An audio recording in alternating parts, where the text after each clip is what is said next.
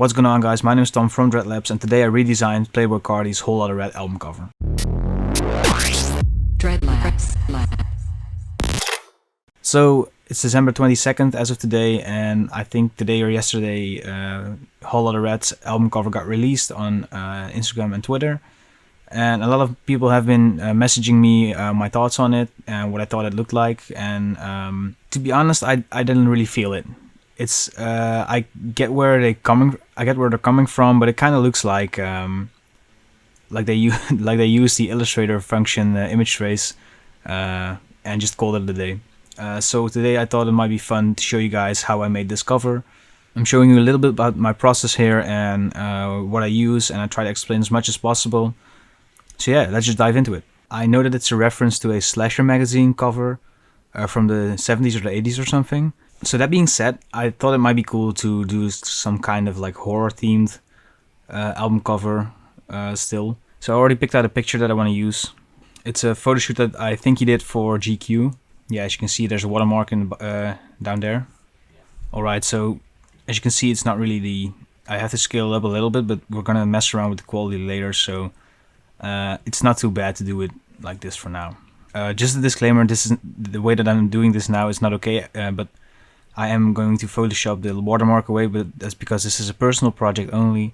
But if you're doing commercial work, it's not okay to use someone else's photography and removing a watermark or cropping it out and then using this in your own artworks, just so you know. Anyway, I'm going to use the clone stamp tool, going to duplicate the layer and rasterize it.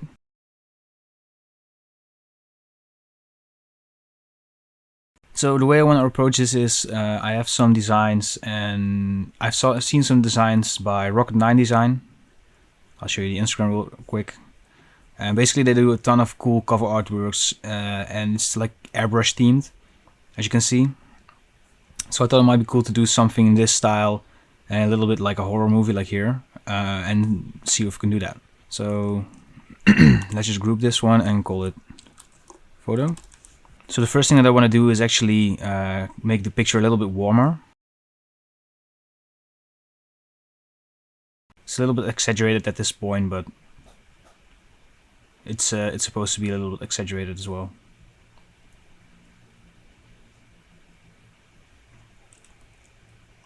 I like it when we put this to darken. Just makes the tones a little bit warmer, as you can see. And now I want to basically like make the highlights a little bit more over the top as well. Alright guys, sorry about that. I just had to restart my Photoshop because for some reason it just crashed. Anyway, let's just continue where we left off. So let's just go to color range. And for the selection preview, let's just do quick mask. And go to highlights here.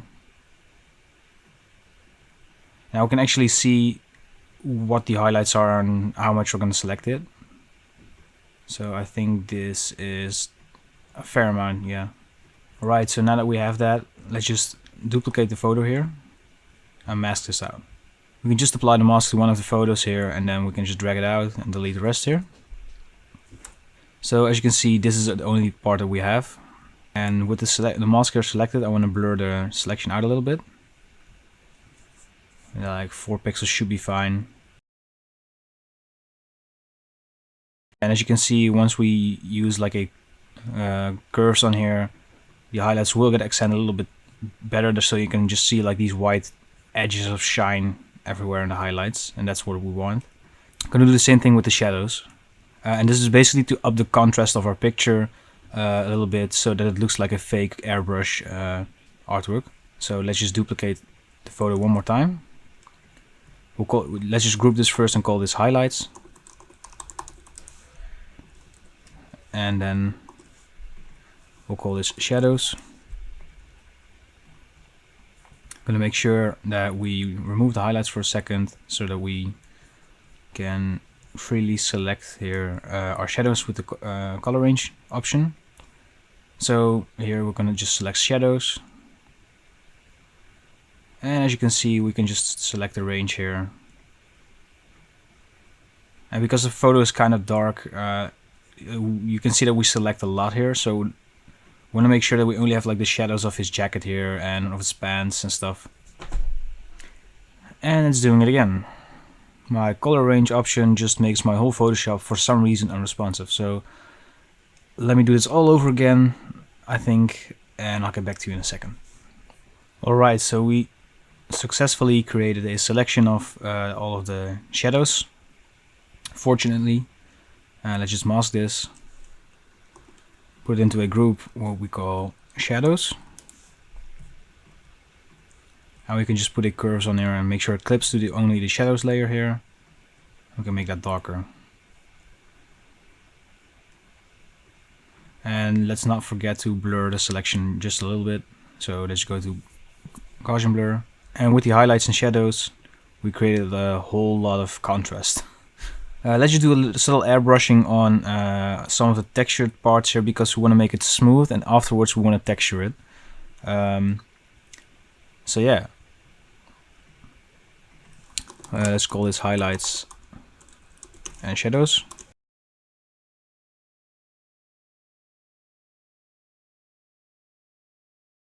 So alright, so if you press Command or Control, Alt or Option, Shift and E, it will make a new layer with everything that's visible right now. So we just have a copy of what we have.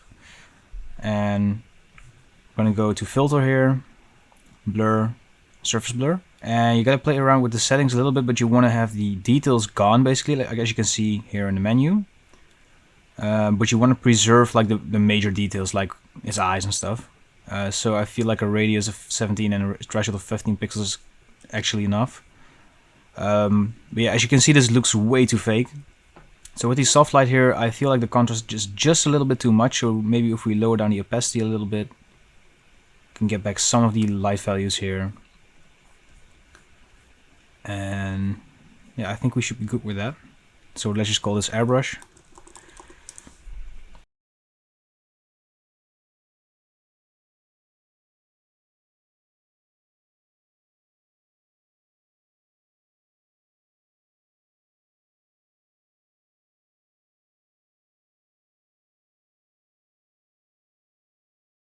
So what we want to do next is I want to make a selection of him, because I want to play around with the background a little bit. So if you go to select and mask, select subject, you can actually see that Photoshop is doing a decent job, but we need to retouch this a little bit better. So if you just click OK, and guys, watch my global refinements here. I have the smoothing to 1, feather to 0.2 pixels, the contrast to 22%, and the shift actually 19%, by the way.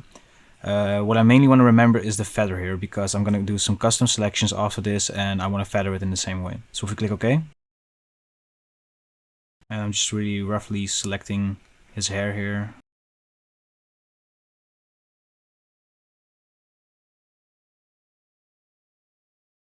So now I'm going to click right click, make selection, add to selection, and I'm going to make sure that the feathering is 0.2 pixels because it was the same in my other selection. And as you can see, there's this darker part where you can't really see where does the shoulder end and where does the background begin. So what we're going to do now is we're going to make a brightness and contrast layer, and because we have a selection, this will apply to the brightness and contrast, but we can just hold Command when we click this and delete the layer mask, so we have a selection back, but it's not affected by the brightness and contrast. If we up the brightness here, you can actually see, okay, we still need to remove this part of our selection. So let's go like this. I'm going to click on make selection again, but then we click subtract from selection, and that will do the trick. And we're going to do the same here and here.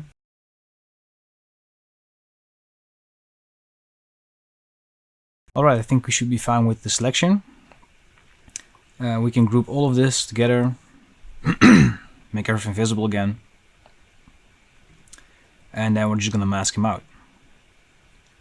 And as you can see, it makes a really dark background, but we're going to fix that in a minute, because I want to actually have some different colors in the background, but like a subtle gradient. So let's just go and get my color menu up here, and we're just going to paint here with a soft brush, different types of hue, and magenta, and maybe a little bit of purple, small amount of blue here maybe, but in the end we need red the most, obviously.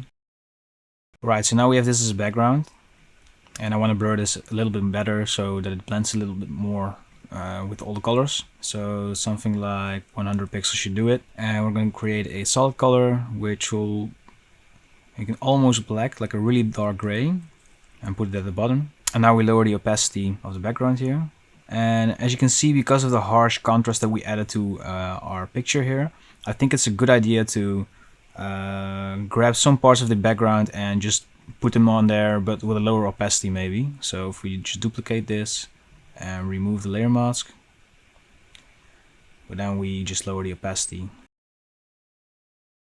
Actually, no, we're not going to do that. Okay, so I don't think this is really doing it for me, so I'm just going to hide the colors here for now.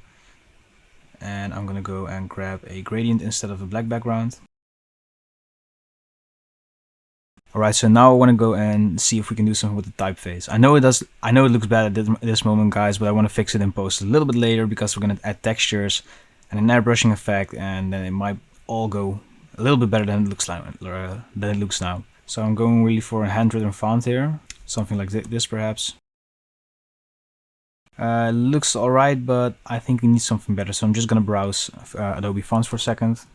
Alright guys, so I finally found a font that I liked, this one called Banshee. It's up on Adobe Fonts, and I want to skew this up a little bit. Alright, let's see if we can apply some text style to this. So obviously I want to make it red. Maybe like the same color red as his hair, so it will match up. And I want to add bevel and emboss, and I want to have the shine to the left here, so like this. Soften that up just a little bit, and I want to add some depth, so it will be a little bit more to the middle here. And actually, if we lower the depth, the shine will be a little bit more smooth, and that's what I prefer. So I think like this, and then I don't think that we should add any shadow here. But I do want to have an inner glow. Don't worry, not this one. But I want to have multiple shades of red in here actually. So a little bit like this. So that just that the color is just a little bit more than just one color, I guess, if that makes sense. We don't want to have it looking flat, I guess. So then we will click on drop shadow here. Actually, we're set it to default, so you guys can just follow along. Check off Juice Global Light, because otherwise, if you check this on, your bevel and emboss will change around with your angle of the drop shadow, and you don't want that. And let's just also do a subtle inner shadow, and we want to have that coming from all sides instead of just one side. And that's why we chose not to use the shadow of the bevel and emboss here. Like this, I think. Yeah. Alright, so now we're here. And what I actually want to start doing is I want to keep this, I want to mask Carti out a little bit. So let's just group him and do some soft masking at the bottom here.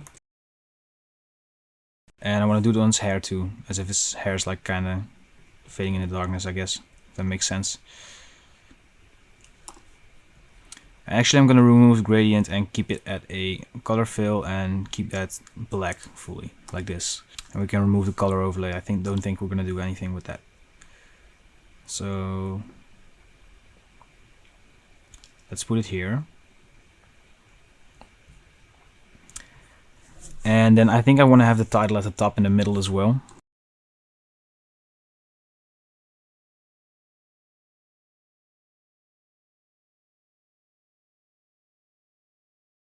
Alright, so this is a artwork that I did for Creatober, and I want to actually start using this as a reference for this artwork, because it has kind of the same aesthetic. So I want to dive into the title here.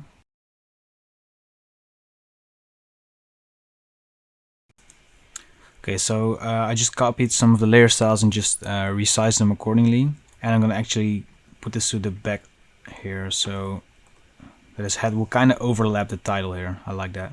So this is the part where the magic will happen. So I'm going to group all of this together, call it cover base or something, and convert it to a smart object. And the reason I'm going for a smart object is I'm going to duplicate it and show you. If you go to Filter, Stylize, Oil Paint, and we'll put the stylization to 10. You'll see how heavy this actually will start being. So let's just remove, but we need like the effect, but we don't need it this harsh. So let's go and lower this. And maybe now we can apply a surface blur to blur out these like weird like bristle parts, I guess. Now if we play with the blend modes a little bit, perhaps we...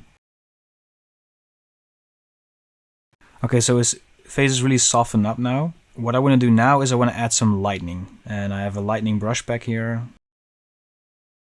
And let's just grab a different one, for this part. And I think this is too much.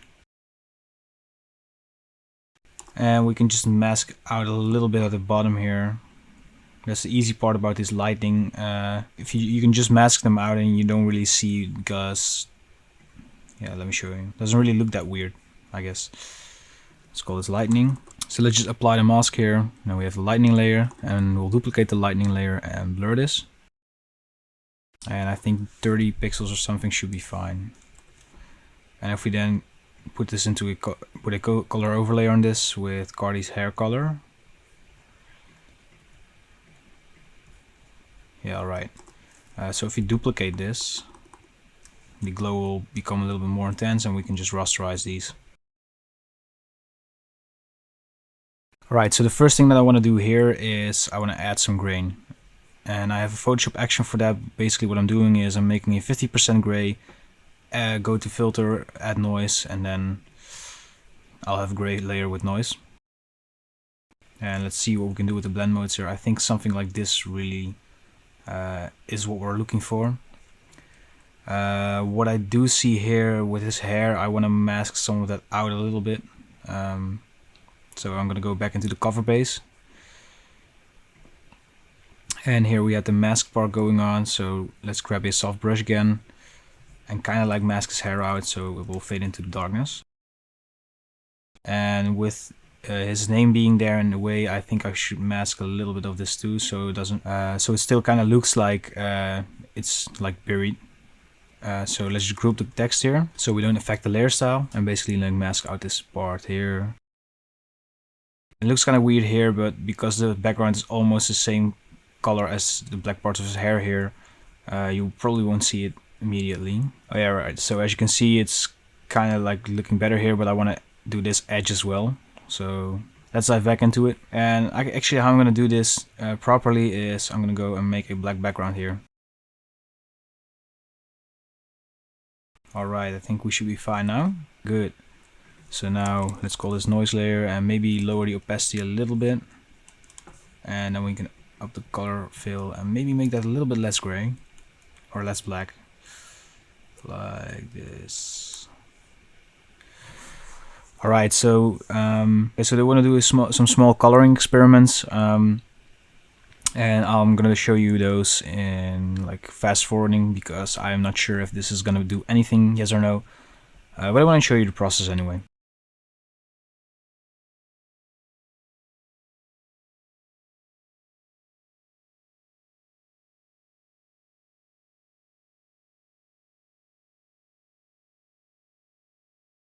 So I made some lens flares, as you can see. And I want to blur these out just a little bit with a box blur. I think a radius of 2, something like that is fine.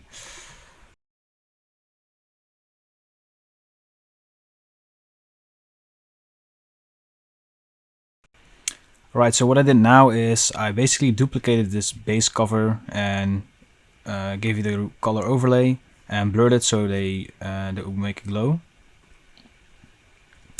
And after that I basically selected this layer and softened the edges up a little bit, as you can see here.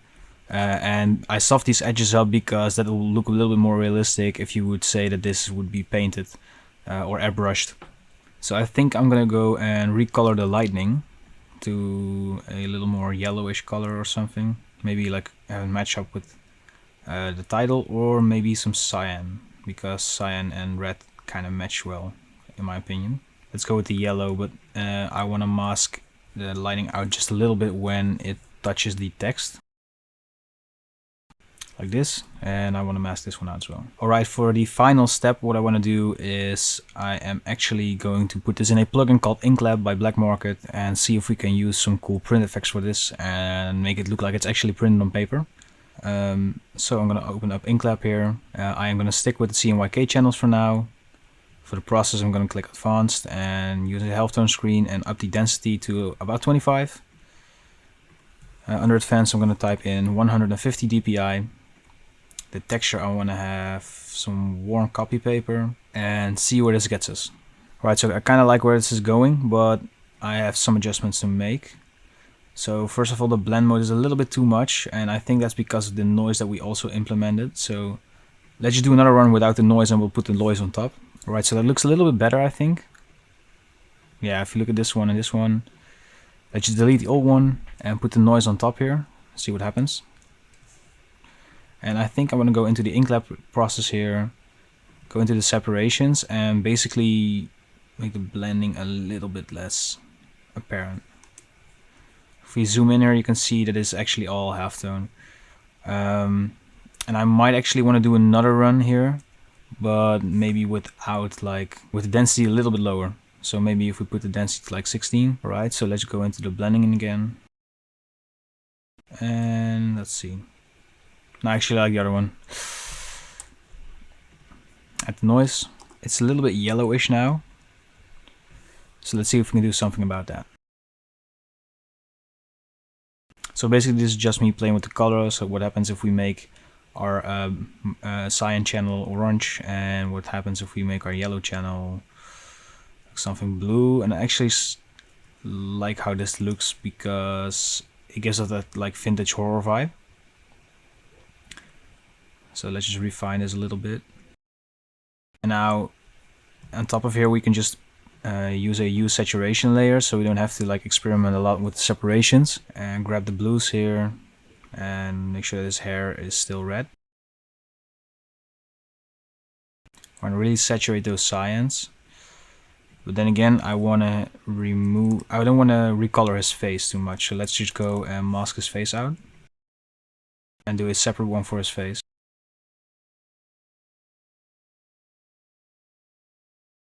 So finally, I'm just going to paint his hair in manually with a solid color, because it would obviously be really cool if we can just keep his original hair color as it is also in the album title.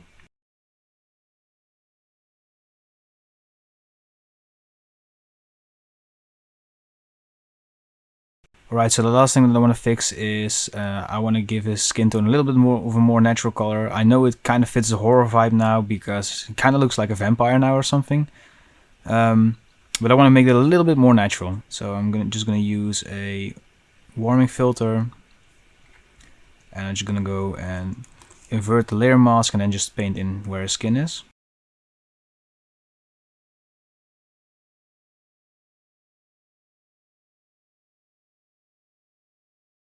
So there you have it, guys. My version of Whole Lotta Red. So one more thing, guys. I want to just say a huge thank you to Rocket9 Design on Instagram for providing me with insane inspiration for this cover artwork. I know it looks a lot like their designs, and that's because they're doing an amazing job at showing you how to make this vintage like airbrush kind of look. So if you don't follow them on Instagram already, check them out at Rocket9 Design. And as you can see, this is one of the artworks that I use as an influence for this artwork.